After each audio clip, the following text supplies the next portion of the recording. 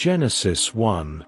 In the beginning God created the heavens and the earth. Now the earth was formless and empty.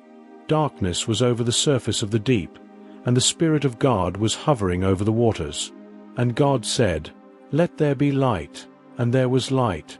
God saw that the light was good, and he separated the light from the darkness. God called the light day, and the darkness he called night. And there was evening, and there was morning, the first day.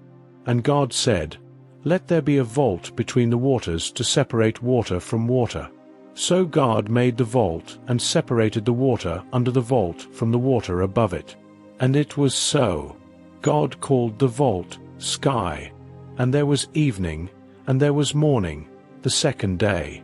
And God said, "Let the water under the sky be gathered to one place, and let dry ground appear."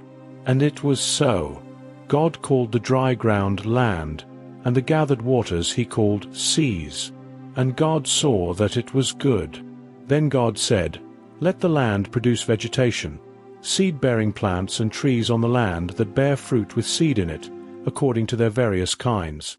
And it was so.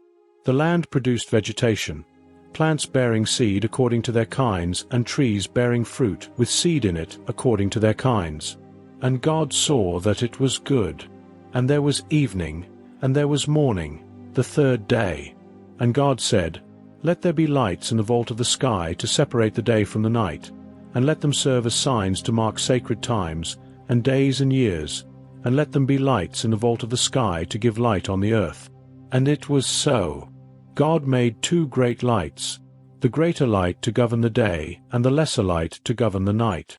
He also made the stars.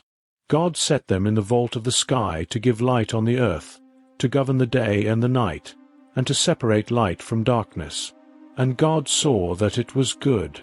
And there was evening, and there was morning, the fourth day. And God said, "Let the water teem with living creatures, and let birds fly above the earth across the vault of the sky." So God created the great creatures of the sea, and every living thing with which the water teems and that moves about in it, according to their kinds, and every winged bird according to its kind. And God saw that it was good.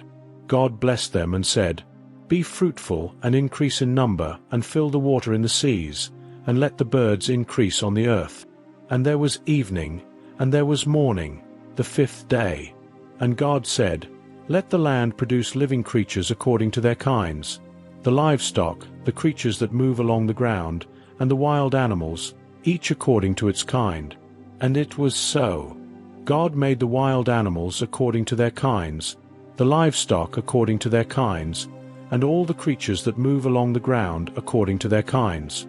And God saw that it was good. Then God said, "Let us make mankind in our image, in our likeness, so that they may rule over the fish in the sea and the birds in the sky, over the livestock and all the wild animals, and over all the creatures that move along the ground." So God created mankind in his own image. In the image of God he created them. Male and female he created them.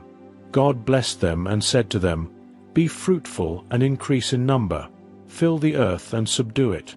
Rule over the fish in the sea and the birds in the sky, and over every living creature that moves on the ground." Then God said, "I give you every seed-bearing plant on the face of the whole earth, and every tree that has fruit with seed in it. They will be yours for food.